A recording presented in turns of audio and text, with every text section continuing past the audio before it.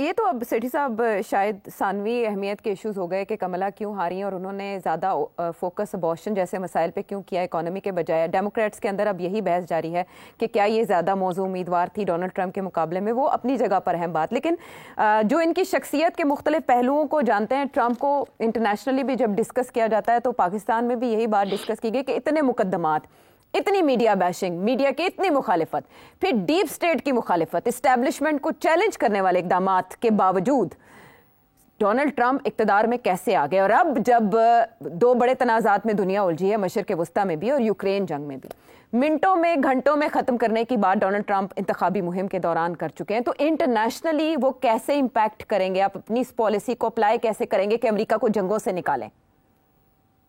देखिए, ये जो बात है ना कि सारी इस्टेब्लिशमेंट उनके खिलाफ थी और जाहिर है इस्टेब्लिशमेंट जो है वो लिबरल डेमोक्रेट्स ने अभी 4 साल गुजारे हैं और इस्टेब्लिशमेंट जो है बड़ी प्रो वॉर है। एंड ये जो डेमोक्रेट्स थे, they were very pro war and pro establishment. तो वो तो अपनी जगह पे बात सही है, मगर क्या उनकी इस्टेब्लिशमेंट ने कोई मदाखलत की? आपका कहना है कि उसके बावजूद ट्रंप जीता? नहीं, मदाखलत नहीं की।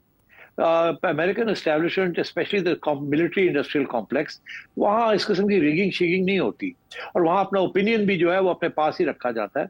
ये नहीं है कि एस्टेब्लिशमेंट ने कोशिश की उनको रोकने की और वो रुके नहीं, ऐसी बात नहीं है।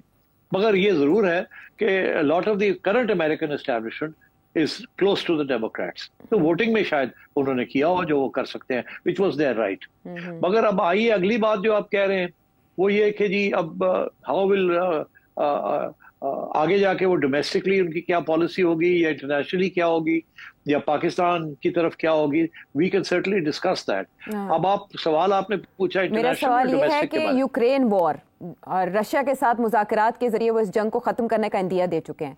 फिर मशरिक़ वस्ता इसराइल गाज़ा के मामले पर भी उनका एक मौक़िफ़ रहा है, लेकिन उन्होंने इस बारे में कोई ज़्यादा डिटेल में बात नहीं की। माजी हम उनका देखते हैं कि वो जंगों से अमेरिका को निकालने की काविश करते आए हैं। तो आपके ख्याल में अब हम इस जंग को किस तरफ जाता देख रहे हैं, यूक्रेन वॉर, इसराइल गाज़ा तनाज़ा? देखिए, यूक्रेन वॉर की आप बात करते हैं, पहली बात तो ये है कि as far as Europe is concern, Donald Trump का मौक़िफ़ ये है कि नेटो सारी जो है वो अमेरिका सस्टेन करता है, अमेरिका पैसे देता है, सारा जो सिक्योरिटी डिफेंस नेटवर्क है यूरोप का वो अमेरिका के ऊपर है। वो उसका ये कहना है कि भाई अब आप ही अपने पैसे लगाएं, अपनी डिफेंस के ऊपर आप भी अपना खर्च करें, सारा हमारे ऊपर बोझ नहीं होना चाहिए।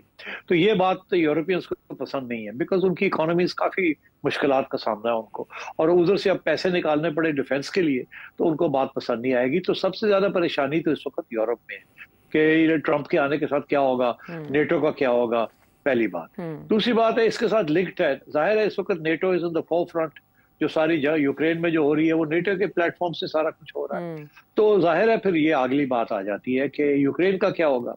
अब यहाँ यूरोप तो यूनाइटेड है कि यूक्रेन में रशिया को आगे आने नहीं देना और यूक्रेन को फुल सपोर्ट करना है, मगर without American full support Ukraine will lose the war और अमेरिका और Russia will win that war. तो इसलिए बड़ी परेशानी है।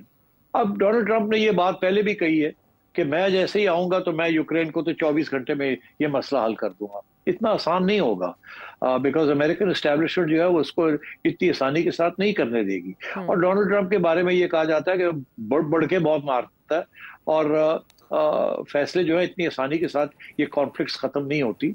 जब बैठ के सुनेगा एस्टेब्लिशमेंट की व्यूज तो फिर इसको सोचना पड़ेगा कि ये कैसे प्ले आउट करेगा कि नहीं करेगा।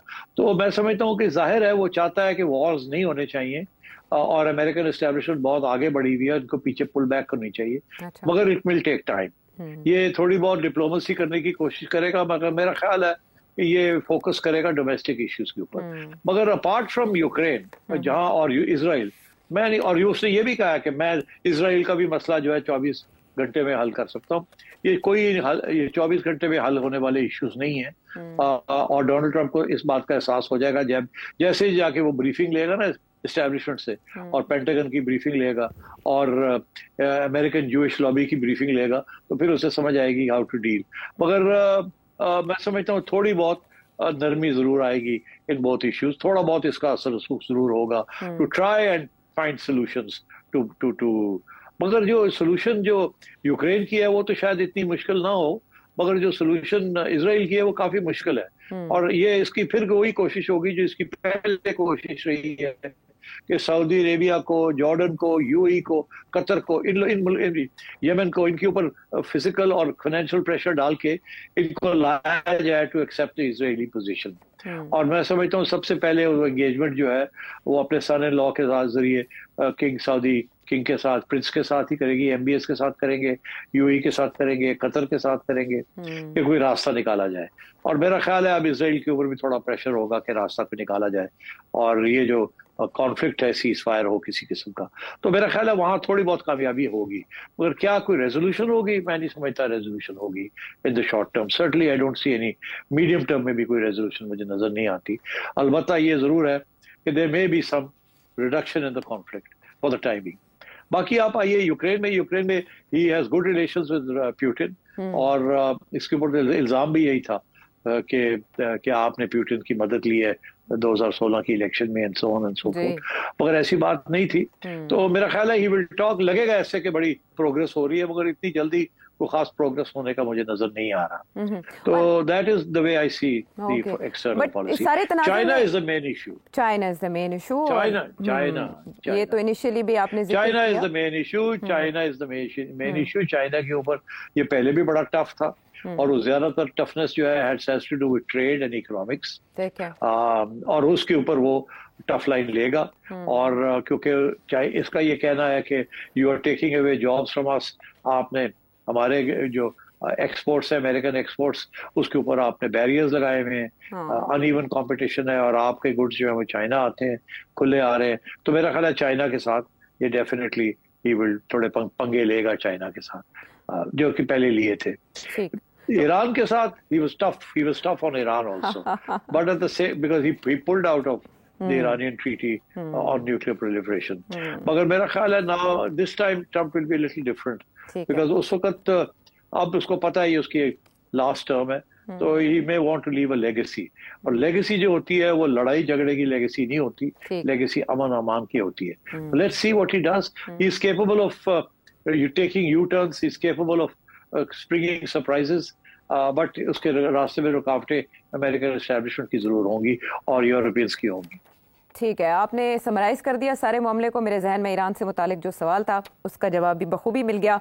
ऐसे में जब ईरान तैयारी कर रहा है और बाकायदा ऐसी खबरें चल रही हैं कि शायद वो इसराइल को जवाब दे सकता है, कोई और अटैक एंटिसिपेट किया जा सकता है, तो अमरीकी इलेक्शंस के बाद ईरान के हवाले से डोनाल्ड ट्रंप की पॉलिसी मुमकिन तौर पर क्या हो सकती है? अभी इक़्तिदार में है कुछ वक्त, लेकिन सभी नाप तोल के अब अपना रिस्पॉन्स देंगे। मुबारकबादों का सिलसिला चलता है, लेकिन पाकिस्तानी सियासत में इस आमद को कैसे देखा जा रहा है, क्या तब्दीलियां हो सकती हैं? ब्रेक के बाद आके बात करेंगे।